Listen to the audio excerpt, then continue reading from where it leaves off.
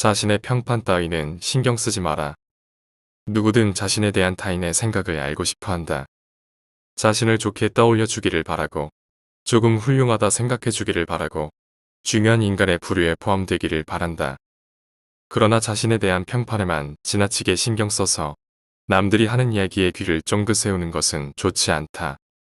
왜냐하면 인간이란 항상 옳은 평가를 받는 것은 아니기 때문이다. 오히려 자신이 원하는 평가를 받는 경우보다 그것과 완전히 상반된 평가를 받는 것이 일반적이다.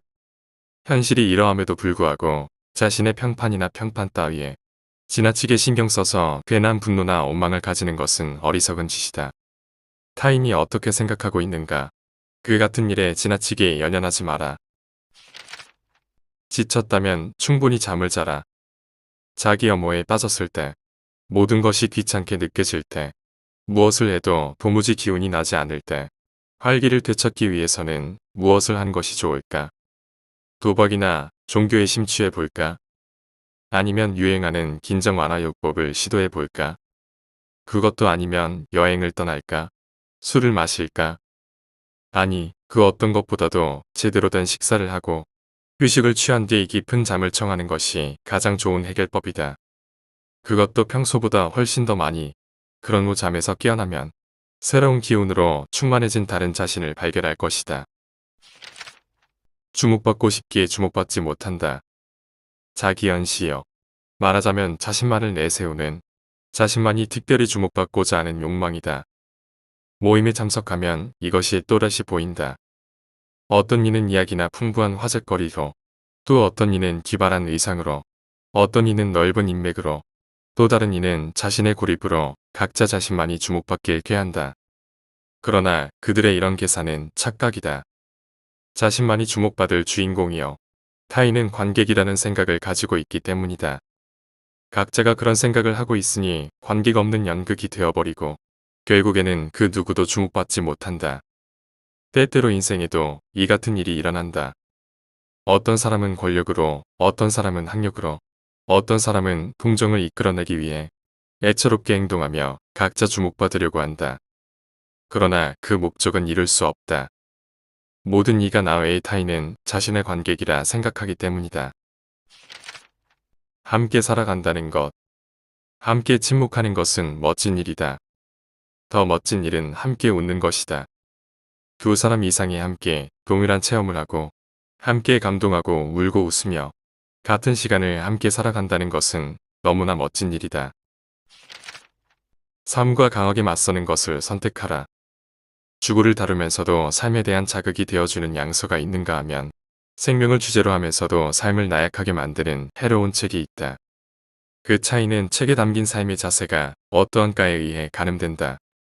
언어로든 행동으로든 삶과 강하게 맞서는 것들은 좋은 것이다. 생동감 넘치는 것들은 끊임없이 주위에 좋은 영향을 미친다. 우리의 등을 토닥이며 살아가는데 자극이 되어준다. 그리고 누군가는 그러한 좋은 것을 선택함으로써 이미 많은 것을 살리기도 한다. 높아지기 위해 버려라. 인생은 그리 길지 않다. 어스름해질 무렵 죽음이 찾아와도 전혀 이상할 것이 없기 때문이다. 때문에 우리가 무엇인가를 시작할 기회는 늘 지금 이 순간밖에 없다. 그리고 이 한정된 시간 속에서 무언가를 하는 이상 불필요한 것들을 벗어나 말끔히 털어버리지 않으면 안 된다. 그러나 무엇을 버릴 것인가에 대하여 고민할 필요는 없다. 마치 노랗게 변한 잎이 나무에서 떨어져 사라지듯이 당신이 열심히 행동하는 동안 불필요한 것은 저절로 멀어지기 때문이다. 그렇게 우리의 몸은 더욱 가벼워지고 목표한 높은 곳으로 한 걸음 더 나아간다. 언젠가는 죽기에, 죽는 것은 이미 정해진 일이기에 명랑하게 살아라. 언젠가는 끝날 것이기에 온 힘을 다해 맞서자. 시간은 한정되어 있기에 기회는 늘 지금이다. 울부짖는 일 따윈 오페라 가수에게나 맡겨라. 매일의 역사를 만들라. 우리는 역사라는 것을 자신과는 거의 무관한 동떨어진 것으로 생각한다. 혹은 도서관의 낡은 책장 속에 가지런히 꽂혀 있는 오래된 책짐으로 여긴다. 그러나 우리들 한 사람 한 사람에게도 역사는 분명 존재한다. 그것은 매일의 역사다. 현재인 오늘 하루 자신이 무엇을 어떻게 행동하는가, 그것이 매일의 역사의 한 페이지를 장식한다. 겁먹거나 허둥대지 않고 오늘 하루를 마칠 수 있는가? 태만하게 보낼 것인가 혹은 용맹스럽게 도전할 것인가? 어제보다 좀 더 나은 방법을 생각해 무엇인가를 할 것인가? 그 같은 태도 하나하나가 자신의 매일의 역사를 만든다. 두려워하면 패배한다. 더 이상 나아갈 길이 없다고 생각하면 개척으로 향한 길이 존재해도 느닷없이 시야에서 사라진다. 위험하다고 생각하면 안전한 곳은 사라진다. 이것으로 끝이라 믿으면 종말의 입구로 발을 내딛게 된다. 어떻게 할까라고 생각하면 불현듯 최선의 대처법을 찾을 수 없게 된다. 결론은 두려워하면 패배한다는 것이다. 파멸하고 만다. 상대가 너무 강하기 때문에, 지금까지 없던 공경에 빠져 있기 때문에, 상황이 너무 나쁘기 때문에, 역전할 수 있는 조건이 갖춰져 있지 않기 때문에 패배하는 것이 아니다. 마음속에 두려움을 가지고 겁먹고 있을 때 스스로 파멸과 패배의 길을 선택하게 된다. 실증을 느끼는 이유는 자신의 성장이 멈췄기 때문이다. 좀처럼 간단히 손에 넣을 수 없는 것일수록 간절히 원하는 법이다. 그러나 일단 자신의 것이 되고 얼마간의 시간이 흐르면 쓸데없는 것인 양 느껴지기 시작한다. 그것이 사물이든 인간이든 마찬가지다. 이미 손에 넣어 익숙해졌기에 실증이 난다. 그러나 그것은 자기 자신에게 실증 나 있는 것이다.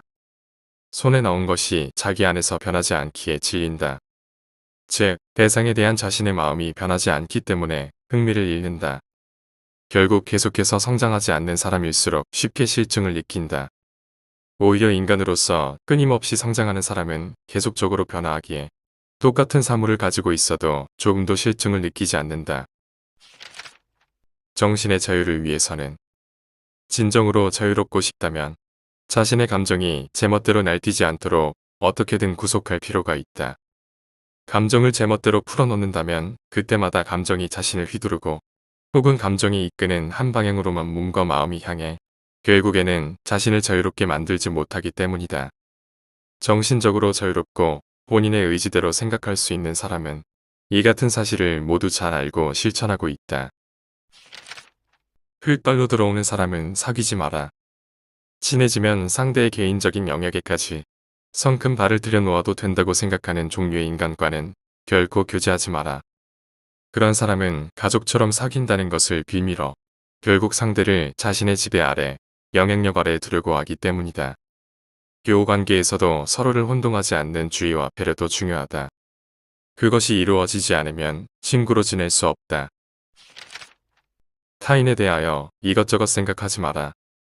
타인을 이렇다 저렇다 판단하지 말 것. 타인을 평가하지도 말 것. 타인에 대한 소문도 입에 담지 말 것. 그 사람은 이렇다 저렇다 하는 생각도 애당초 하지 말 것. 그 같은 상상이나 사고를 가급적 하지 말 것. 이 같은 것에 좋은 인간성의 상징이 있다. 카리스마의 기술. 자신을 카리스마를 가진 깊이 있는 사람처럼 보이길 원한다면 어느 정도 자신의 모습을 감출 수 있는 일종의 어둠을 몸에 두르면 된다. 자신의 모든 것이 온전히 드러나지 않도록 밑바닥이 보이지 않도록 하는 것이다. 많은 사람들은 그 끝, 밑바닥이 보이지 않는 것에서 일종의 신비와 깊이를 느끼기 때문이다. 연못과 늪이 그 혼탁함으로 인해 바닥이 보이지 않으면 사람들은 알 수 없는 늪의 깊이의 두려움을 느낀다. 카리스마 있는 인물이라 불리는 사람에 대한 두려움이란 그 정도의 것이다. 체험만으로는 부족하다. 분명 체험은 중요하다. 체험에 의해서 사람은 성장할 수 있다. 그러나 갖가지 체험을 많이 했다고 해서 다른 사람보다 무조건 훌륭하다고 말할 수는 없다. 비록 많은 체험을 했을지라도 이후에 그것을 곰곰이 고찰하지 않는다면 무용지물이 될 뿐이다. 어떤 체험을 하든지 깊이 사고하지 않으면 꼭꼭 씹어먹지 않으면 설사를 거듭하게 된다. 결국 아무것도 배우지 못하며 무엇도 자신의 것으로 만들지 못한다. 너무 이른 성공은 위험하다. 너무 어릴 때 성공하여 공적을 쌓고 추앙을 받으면 그 사람은 오만과 같은 삐뚤어진 감각에 사로잡혀 동년배의 사람이나 차근차근 노력해 나가는 사람에 대한 외경을 완전히 잊어버리고 만다. 뿐만 아니라 성숙의 의미를 이해하지 못하며 성숙에 의해 유지되는 문화적 환경에서도 자연히 멀어진다. 타인은 시간의 흐름과 함께 성공을 이루고 일에 깊이를 더하는데 자신은 그것을 이루지 못하고 언제까지나 어린아이처럼 과거의 성공과 공적을 간판으로 삼으려는 인간이 되어버린다. 강해지기 위한 악과 독. 하늘을 찌를 듯이 높이 자란 나무. 그 나무들이 성장하는데 거센 바람과 거친 날씨가 없었다면 그 같은 성장이 가능했을까? 뼈가 있는데 호우와 강한 햇살, 태풍과 천둥은 전혀 쓸모없는 것이었을까? 인생에는 여러 가지의 악과 독이 존재한다. 그것들은 가급적 없는 편이 나으며 그러한 환경 속에서 사람은 건전하고 강하게 성장할 수 있다고 말할 수 있을까? 증오, 질투, 아집, 불신, 냉담, 탐욕, 폭력, 혹은 모든 의미에서의 불리한 조건과 장애. 이것들은 대개 역겨움과 분노의 씨앗이 되지만 그 모든 것이 전혀 없더라도 강한 인간으로 성장할 수 있을까? 아니다. 그 같은 악과 독이 존재하기에 사람은 극복할 기회와 힘을 얻고 이 세상을 살아갈 수 있을 만큼 강하게 단련된다. 사랑하는 사람은 성장한다. 누군가를 사랑하게 되면 자신의 결점이나 마음에 들지 않는 부분을 상대에게 들키지 않으려고 처신하다. 이것은 허영심에서 나오는 것이 아니다. 사랑하는 사람을 상처 주지 않으려는 것이다. 그리고 상대가 언젠가 그것을 알아차리고 혐오감을 갖기 전에 어떻게 해서든 스스로 결점을 고치려고 한다. 이러한 사람은 좋은 인간으로 어쩌면 신과 비슷한 완전성에 끊임없이 다가가는 인간으로 성장할 수 있다. 가장 짧은 길은 현실이 가르쳐준다. 수학에서 가장 짧은 길은 출발점과 도착점을 직선으로 잇는 길이라 말한다. 그러나 현실에 있어 가장 짧은 길은 그렇지 않다. 옛날 뱃사람은 이렇게 말한다. 지금 가장 알맞게 불어오는 바람이 두 줄 활짝 부풀려 이끄는 항로가 목적지를 향한 초단거리라고. 이것이야말로 실제로 일을 해낼 경우에 통용되는 가장 짧은 길에 관한 이론이다. 일은 머리로 세운 계획대로 진행되지 않는다. 현실의 그 무엇이 먼 길을 가장 짧은 길로 만들어준다. 그것이 무엇인지는 사전에 알 수 없으며 현실에 발을 내딛었을 때 비로소 알게 된다. 이상과 꿈을 버리지 마라. 이상을 버리지 마라. 자신의 영혼 속에 있는 영웅을 버리지 마라. 누구나 높은 곳을 목표로 한 이상과 꿈을 가지고 있다. 그것이 과거의 일이었다며 청춘 시절의 일이었다며 그리운 듯 떠올려서는 안 된다. 지금도 자신을 발전시키기 위한 이상과 꿈을 포기해서는 안 된다.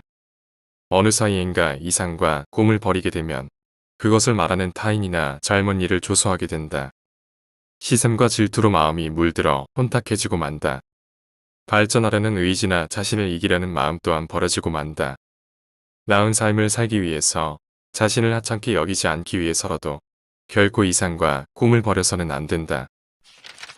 앞의 내용은 프리드리히 니체가 지은 책 추억 니체의 말의 일부분이다. 독일의 철학자 니체는 당시의 기독교적 가치관을 비판하고 가장 중요한 가치는 진리, 선, 도덕임을 강조했다. 니체는 인간의 삶이 신에게 달려있는 것이 아니라 인간 스스로에게 달려있다는 메시지를 전하고 있다. 이러한 니체의 철학은 현대를 살아가는 사람들에게 큰 공감을 불러일으키고 있다. 니체의 글은 현대인들이 평소에 어렴풋이 느끼고 있었던 것들이 틀리지 않았다는 것을 알게 해주기 때문이다. 만약 당신이 중요한 선택의 기로에 놓여 있다면 망치를 든 철학자 니체의 말을 읽어보길 권한다.